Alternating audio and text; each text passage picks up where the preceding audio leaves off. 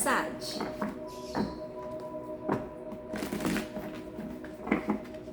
This is Sagittarius, Sun, Rising, and Venus collective reading for the month of July. For your personal reading, kindly send me a direct message. Kamusta ang energy ng mga Sag? Kamusta? Anong meron? Anong bago? Anong paulit-ulit na ginagawa? This is Sagittarius, Sun, Rising, and Venus collective reading for the month of July. Collective energy ng mga Sag. Collective energy ng mga Sag. Paalala, ang nag-iisang account na may 6 siren ay Kaya Angeles 11. Any messages coming from a different account, hindi po ako yun. Mag-ingat sa scammers. Kiddo, let's see. Sagittarius, Sun, Rising, and Venus. Collective reading. Same old cycle. Bakit hindi makakawala? Bakit hindi matapos-tapos? You're trying to spy. You're trying to look for ebidensya. Pulis ka ba? Okay. Sa isang masculine, that the feminine feels na hindi naman nagbabago at meron daw kinakausap na lihim na isang babae. Nagkaroon ng away because of that bad decision of the masculine. Sinubukang pag-usapan, sinubukang mag-move forward. Hindi pa naman totally over, hindi pa naman nabigyan ng collapse ang relasyon na to. But naging honest si feminine, okay? For some of you, it's like the conversation of, okay, let's move past the situation, papatawarin, naayusin, hindi tapos ang relasyon, pero tanggalin ang mga toxicity pagdating sa relasyon. For some of you, nag-aaway pa rin kayo because same situation, okay? Nahirapang magpatawad, okay? Someone feels so defeated about this situation because of too much lies, deception, at kino-question ko ano ba talaga yung na-build nyo sa relasyon na to. Someone is having overthinking because may mga pangakong hindi natupad at alam mong hindi ito ang wish fulfillment mo, Sag.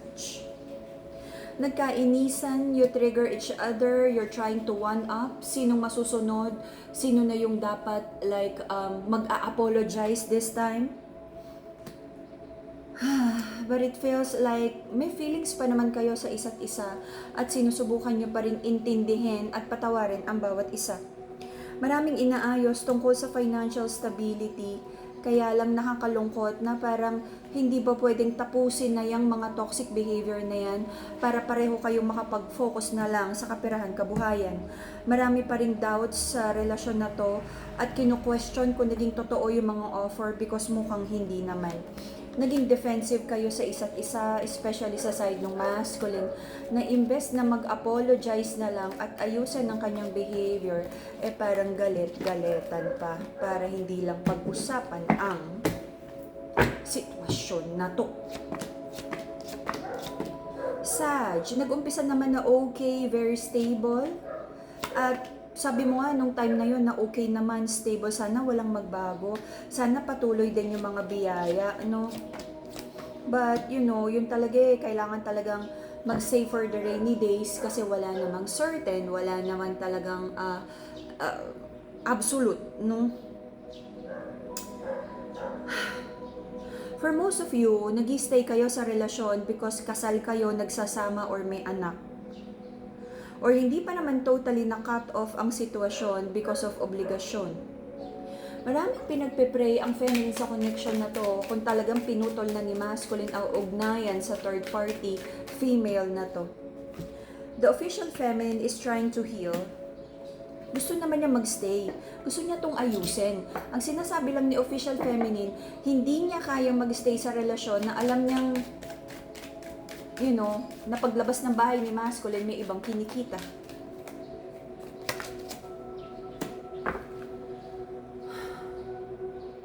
I feel hindi ito yung first time na nangyari to. Kasi sabi ni official feminine, hindi rin naman yan tatagal Dahil kilala niya yung kanyang person na parang papalit-palit lang, tapos umuwi din sa kanya. Okay? But just because hindi niya kayang panindigan ng third party na to, it doesn't mean na it doesn't mean na hindi yun hurtful for the feminine, okay? Sabi ng feminine sa connection na to, napaka-stubborn daw ng energy ni masculine. Masabi, hirap na hirap to take personal accountability. Ano ba ang mahirap na mag-apologize at ayusin ang mga desisyon sa buhay? Nagpapakiramdaman kung talaga bang nagbago na, kung sincere na ba ang apology. Okay.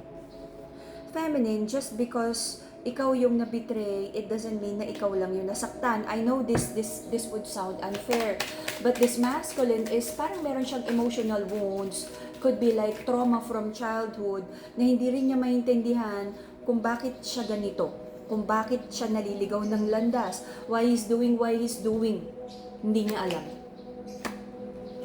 Bakit ba siya stubborn? Bakit ayaw niyang makinig? Ba't alam niyang mali siya pero ayaw niyang magbago? Hindi niya alam. Kumbaga marami pang learning na kailangan pagdaanan ang masculine na to. Pero kung ano man yung nangyaring painful para sa inyong dalawa, for some of you, gusto nang kalimutan ni masculine yon para makapag-rebuild kayo. For some of you, gustong ni masculine na takasan ang sitwasyon because hindi niya kayang pag-usapan ang kanyang mga pagkakamali. Alam mo, for some of you, itong masculine na to, parang lumaki sa very toxic family na walang nakitang maganda sa kanya. Kaya every time na may sasabihin si feminine na mga bagay na dapat niyang ayusin, he feels na parang ina-attack siya. He feels na parang eto na naman yung abuse na pinagdaanan niya nung bata at ayaw na niya yung ulitin. So feminine, hearing this, baka naman meron kang like kailangan din ayusin on how you address the situation, on how you communicate with the masculine.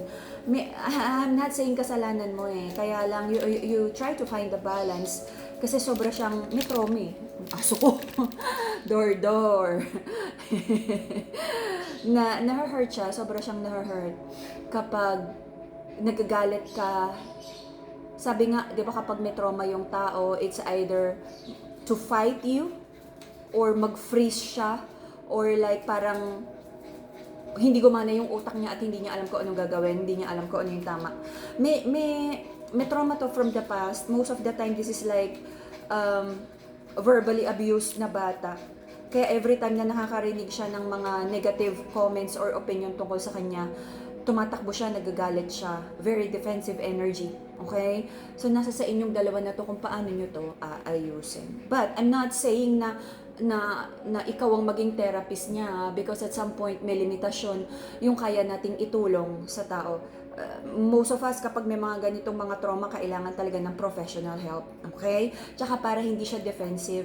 Kasi pag galing sa'yo, feeling niya is parang baka naalala niya yung energy ng nanay or yung parent niya sa'yo na parang eto na naman, pinapagalitan na naman siya. Okay? Maa-abuse na naman siya. Okay. Para sa feminine sa connection na to, gusto mo namang ayusin, gusto mong magstay. Okay, in the next 3 months.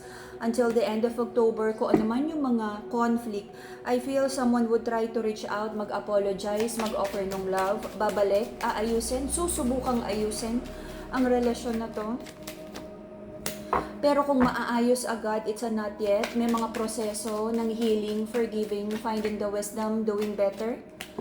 Kung may potential pa rin na magkamali, oo, may pinaglalabanan. This masculine is fighting his own demons, like trying to heal the trauma. At kapag yung isang tao ay sabihin natin, has a familiarity dun sa trauma na yon, hindi ganun kadaling mag-shed ng skin, hindi ganun kadaling baguhin kung sino siya. Okay? But it feels like gagawin nyo yung lahat para maging maayos kayo para sa bata, especially dun sa may mga batang involved or alang-alang sa mga future plans nyo. Maaaring magkainisan, you might still trigger each other, nakakainis, may ginagawa pa rin, maaaring may gawin pa rin na makakasira sa relasyon, but may nakikita akong effort, okay? Case to case, for some of you medyo malala, for some of you tolerable. Use your discernment. Pero for like majority of the masculine sa connection to, may nakikita akong sincere effort to really try to heal from like kung ano man yung pinagdadaanan niya right now sa buhay. Okay? Use your discernment, feminine. Okay? And I would be the Sagittarius, Sun, Moon, Rising, and Venus collective reading for the month of July. See you again in a few days for your bonus